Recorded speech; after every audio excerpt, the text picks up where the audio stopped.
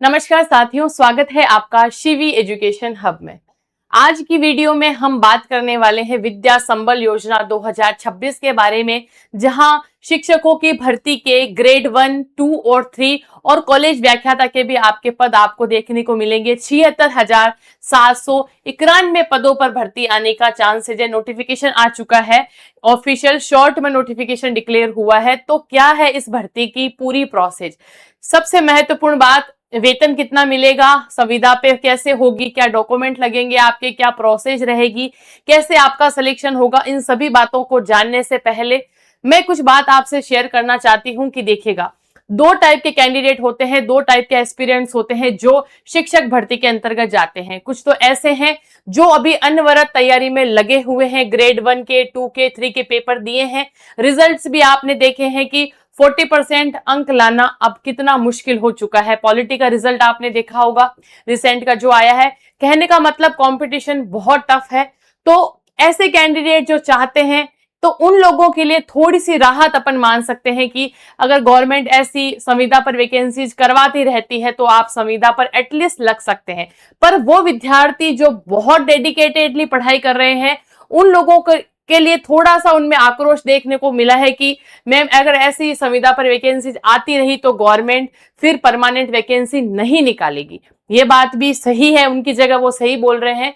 लेकिन आप ये कहीं ना कहीं मान के चलें, अगर शिक्षा विभाग में 76,791 पद कहीं ना कहीं तो खाली है, उन्हीं पदों को आपको भरा जा रहा है। इसका मतलब ये वैकेंसी एक ही साल की है, संविदा पे है। उन स्कूल्स में जो पोस्ट खाली है उन पे वैकेंट पद पे अभी शिक्षक लग रहे हैं संविदा पे। तो ये वैकेंसी जो है आज नहीं तो कल, आप मान के चलिए साल 2 साल में, जैसे ही चुनावी साल है कंप्लीट होता है, आपके ये पद ग्रेड 1, 2 और 3 और कॉलेज लेक्चरर के भी निकल के सामने आएंगे। आप हताश न हो और अपनी तैयारी को अनवरत चलते रहें। लेकिन जो विद्यार्थी एकदम ये है कि उनको संविदा पर ही एक बार लगना है, रोजगार की अति आवश्यकता है, तो कोई बहुत बुरी बात नहीं है। इसको अपन उन विद्यार्थियों की दृष्टि से देखें तो ये बहुत अच्छी बात है। आप विद्या संबल योजना के अंतर्गत आराम से जॉब ले सकते हैं। साल भर का आपका पूरा प्रोसेस रहता है। कैसे रहता है वो अपन आगे अब चर्चा कर लेते हैं। देखिएगा विद्यार्थियों, फर्स्ट ग्रेड और सेकंड ग्रेड के सबसे ज्यादा लिखा हुआ है। फर्स्ट सेकंड ग्रेड के सबसे ज्यादा पद रिक्त है। कलेक्टर को निर्देश, यानी कि विद्या संबल योजना शिक्षकों के खाली पदों पर भर्ती की तैयारी है। 76,791 पदों पर रखेंगे गेस्ट फैकल्टी, यानी कि गेस्ट फैकल्टी आपको पता है, जहां भी विद्यार्थियों में, जिस स्कूल्स में आपका प्रिंसिपल जो होता है वो एक कमिटी बनाता है कि हमारे स्कूल में इतने पदों पर इस विषय के पद खाली हैं, और वो अपनी न्यूज को कलेक्टर को प्रदान करता है। कलेक्टर की एक समिति बनती है। तो दो टाइप की इसकी प्रोसेस चलती है। तो अपन क्या करेंगे, अब कितने पद खाली हैं वो स्कूल पर डिपेंड करता है। जिस भी स्कूल में वैकेंट पद होगा, जिस सब्जेक्ट को, उस पद के लिए उस कैंडिडेट को वहां लगा लिया जाएगा। देखिएगा, ग्रेड 1 के लिए अगर आप अप्लाई करते हैं तो आपको अधिकतम महीने के 30,000 रुपए मिलेंगे, यानी कि आपका मानदेय है वो 30,000 रुपए महीने का होगा, और 400 रुपए जो है वो आपको प्रति घंटे यहां देखने को मिलते हैं। चलिए, बहुत अच्छी बात है। ग्रेड सेकंड यानी वरिष्ठ अध्यापक के लिए अगर आप लगते हैं तो 25,000 रुपए आपको अधिकतम महीने के, और 350 रुपए हैं वो आपके प्रति घंटा रहेगा। ग्रेड थर्ड के लिए लेवल 1 हो चाहे लेवल सेकंड हो, 21,000 रुपए मैक्सिमम और 300 रुपए प्रति घंटा। कॉलेज फैकल्टी जो है वो आप देखेंगे, सहायक आचार्य 45,000 और सह आचार्य 52,000, और आचार्य को अधिकतम 60,000 रुपए महीने का मिलेगा। ये वैकेंसी अगर मैं बात करूं क्या बुरी नहीं है, आप लोगों के लिए, शिक्षकों के लिए बहुत अच्छी खबर भी है। तो आप इसमें जरूर अप्लाई करें। अपन देखते हैं आगे इसकी क्या प्रोसेस रहती है। आपको पता है कि इसके अंतर्गत जो होता है, इसको नियुक्ति जो कैसे मिलती है वो मैं आपको समझा देती हूँ। सबसे पहले देखो, ये एक शपथ पत्र होता है जो आपका जारी होता है। जब आप फॉर्म भरते हैं तब आपके सामने ये वाला पेपर आता है, जिसके ये 3 पेज, एक परिपत्र आपसे भरवाया जाता है कि गेस्ट फैकल्टी की आपकी चयन की प्रक्रिया कैसे होती है। ये ऑथेंटिक है। ग्रेड थर्ड के लिए 1 से 8, ग्रेड सेकंड 9 से 12, कितना आपको पेमेंट मिलता है, कितने घंटे से, ये पूरा ऑफिशियल आपके सामने है। आपको ये मैं सेंड कर दूंगी, आप आराम से टेलीग्राम पे पढ़ सकते हैं।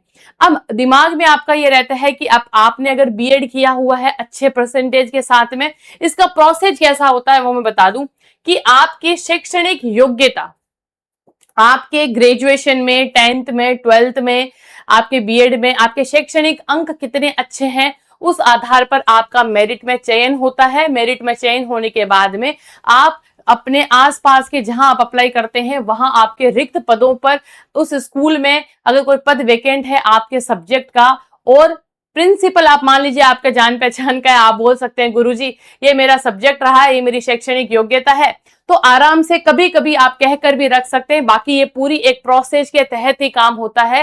तो दोनों ही, एक शैक्षणिक योग्यता भी अच्छी होनी चाहिए, वहां पद भी रिक्त होना चाहिए आपके सब्जेक्ट का, तो आप जो है अप्लाई कर सकते हैं।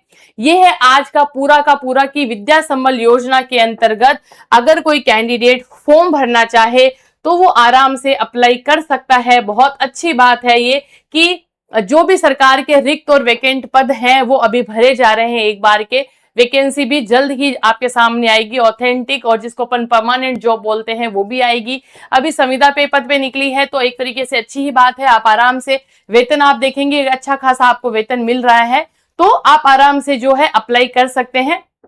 जब इसका डिटेल नोटिफिकेशन आ जाता है तब हम इस बारे में और लंबी चर्चा कर लेंगे। आप अप्लाई करें। आप अगर किसी भी सब्जेक्ट से बिलोंग करते हैं, ग्रेजुएशन में बीएड आपने किया हुआ है, डीएलएड आपने किया हुआ है, आप अगर नेट और जेआरएफ आपने किया हुआ है, तो आप कॉलेज लेक्चरर जो आचार्य के पद भी निकले हैं, अच्छा खासा मानदेय आपको मिल रहा है, आप वहां भी अप्लाई कर सकते हैं। ठीक है, तो ये था आज का हमारा पूरा वीडियो विद्या संबल योजनाओं को लेकर, जहां आपके कितने सारे पद, लगभग 77,000 पद खाली बताए जा रहे हैं। उस वीडियो को लेकर, उस न्यूज को लेकर हमने आज पूरी चर्चा करी है कि कलेक्टर ने निर्देश भेजा है कि इन खाली और रिक्त पदों को भरा जाए। चलिए विद्यार्थियों, फिर मिलेंगे एक और हम नए सेशन के साथ में। देखिए प्रोसेस मैंने आपको बता दी है। फॉर्म कब से अप्लाई होगा, जब भी डिटेल नोटिफिकेशन आएगा तब आपको पता लग जाएगा कि फॉर्म कैसे अप्लाई होता है। और डॉक्यूमेंट जो है आपका वही आपकी 10th की मार्कशीट, 12th की मार्कशीट, आपकी ग्रेजुएशन की, आपकी बीएड, जो भी आपकी मैक्सिमम शैक्षणिक योग्यता है उसके आधार पर आपको डॉक्यूमेंट वेरिफिकेशन आपका होगा।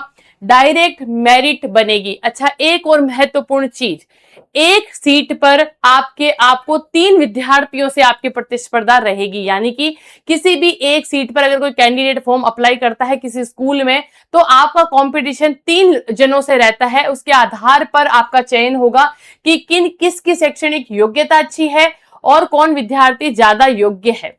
तो ये बातें हैं, और उसके अलावा भी जो चीजें चलती है वो हमें भी पता है और आपको भी पता है, वो ना चले तो बेहतर है। और एक बहुत अच्छे और सक्षम विद्यार्थी का अगर चयन हो तो हमें खुशी होगी इस सिस्टम से। तो आज की वीडियो में हम इतनी ही बात करेंगे, फिर मिलेंगे एक नए सेशन के साथ। जय हिंद, जय भारत दोस्तों।